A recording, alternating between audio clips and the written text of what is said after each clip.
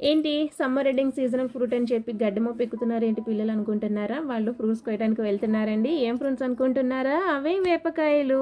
ఎండాకాలం ఎండ అయ్యేసరికి కొంచెం యెల్లో కలర్‌లో వస్తాయండి వేపకాయలైతే. అవి చాలా టేస్ట్‌గా ఉంటాయి. కొంచెం తియ్యగా ఉంటాయి, కొంచెం చేదుగా ఉంటాయి. ఏమంటే చిన్న పిల్లలు నులిపురుగులు ఎక్కువగా ఉంటాయి కదా! ఈ వేపకాయలు తినటం వల్ల నులిపురుగులనేవి పోతాయన్నమాట. ఇంకా బ్లడ్‌లో ఇన్సులిన్ కొంచెం బ్యాలెన్స్ చేస్తుందనమాట ఈ వేపకాయలు కూడా.